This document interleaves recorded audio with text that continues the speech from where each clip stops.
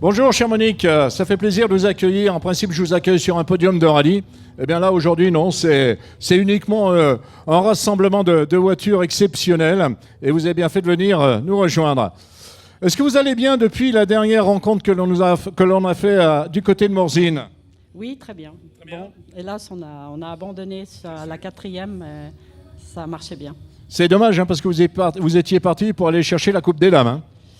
Oui, bon, il faut dire que la première, elle roule très très vite. Donc peut-être dans la deuxième partie, ça aurait pu se jouer. Dans la deuxième journée? Oui, voilà. Bien, alors si on refait un petit peu le récap justement de votre carrière, si je me souviens bien, c'est 18 participations au Mont-Blanc? Oui, tout à fait. Et combien d'années de compétition, Monique? Alors en rallye, ça fait 19. 19 années déjà? Oui. Et puis sinon, 34, enfin 35, oui. 35 aussi. Avec d'autres catégories. Donc j'avais commencé en slalom sur une Ford Mustang Mach 1. Et puis la côte avec la BMW Silhouette Groupe 5. Parfait. Bon, eh ben, en rallye, vous ne courriez pas avec cette voiture en tout cas. Hein. Non, c'est très agile. Je pense qu'elle serait... Elle serait pas mal. Hein. Et sinon, on en parlait un petit peu justement de cette magnifique Renault. Oui, donc en ce qui concerne la couleur... Donc, Allez Monique, on va se mettre comme ça parce qu'autrement, on a l'ami Jean-Fred, il ne nous voit plus. En ce qui concerne la couleur, il n'y en a que 3 dans le monde. Donc il y en a une au Japon et puis, Roman, c'est en Angleterre. En Angleterre. Donc on rappelle, mécaniquement, elle représente quoi cette voiture? Viens nous rejoindre. Voilà, on va se permettre de se tutoyer parce que je crois qu'on se connaît bien aussi tous les deux. Bien, sinon parlez un peu de cette voiture, techniquement. Ah ben bon, c'est un 3 litres V6, 250 chevaux. Donc c'était élaboré, donc le dessin et tout le technique était élaboré par Walkinshaw. Ceux qui connaissent la F1 de l'époque, donc il était en F1, il était donc chez McLaren. Et puis donc c'est lui qui a élaboré cette voiture et il a tout pris des pièces de Renault. Donc tout est allégé, donc les pistons allégés, les bielles allégées, volant moteur allégé, et ça monte en tour, mais diabolique quoi. On appuie et puis on est tout de suite à 100, 150 et puis on se rend même pas compte. Ça c'est bon lorsqu'on roule à 80 km/h surtout. Oui, c'est sûr. Mais bon, c'est aussi fait piéger en reconnaissance quand des fois... Oui, c'est ce que j'ai vu, parce que j'ai vu la plaque reconnaissance, je me suis dit, à mon avis, ils ont dû payer une amende. Non, on n'a pas payé d'amende, mais on s'est fait mettre à l'ordre, parce qu'on ne se rendait même pas compte. C'était pas dans les bleds, c'était la montée du Salève.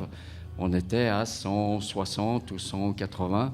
Et puis là, quand on est redescendu donc, sur la roche, ils nous ont dit, mais qu'est-ce qui se passe et tout c'est quand même limité d'une certaine manière. Ah, vous avez passé au sommet du Salève et vous avez fait fuir tous les sangliers du coin. On n'en a pas vu, parce que ça fait quand même du bruit. Ça fait quand même du bruit. En tout cas, bon, voilà, c'est une voiture mythique. On vous retrouve bien entendu sur bon nombre d'événements. Outre les rallyes, lorsqu'il y a des rassemblements comme celui-ci, vous nous faites toujours le plaisir d'être à nos côtés. Je vais revenir à vous, Monique, juste en 2 mots. Voilà, la saison est pratiquement terminée. Qu'est-ce qui reste encore comme rallye? Alors l'Ardèche. Oui. Et puis, je vais faire le RIV, donc le Rallye International du Valais, au mois d'octobre, 16-17. Et puis l'Ardèche en novembre et les Monts-et-Coteaux pour clôture. Voilà, et puis l'année prochaine, eh bien, ce sera encore une autre saison. En principe, oui, c'est les 20 ans. Ce sera les 20 ans. Bon, ben voilà, ça, c'est pas tombé dans l'oreille d'un sourd parce que je vous garantis que le prochain podium, à mon avis, vous y avez droit. Hein. Ok. Faudra venir avec la bouteille. Hein. Ça me rajeunit pas, mais bon.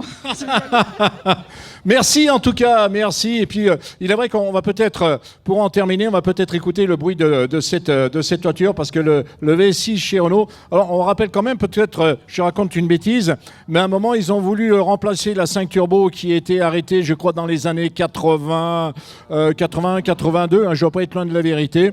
Et ils ont voulu essayer justement de remplacer la 5 Turbo par cette Clio V6. Donc, quand ils faisaient le championnat de trophy, c'était la V6 Trophy. Donc, qui continue encore. Il y a la grosse Mégane Trophy aussi, qui est actuellement. Il y a beaucoup de voitures aussi qu'ils ont pris pour faire les côtes.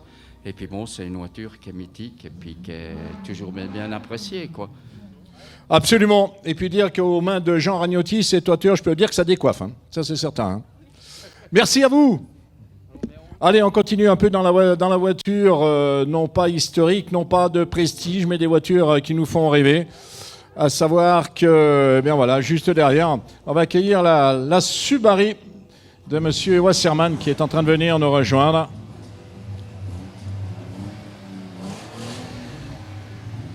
Et juste le bruit.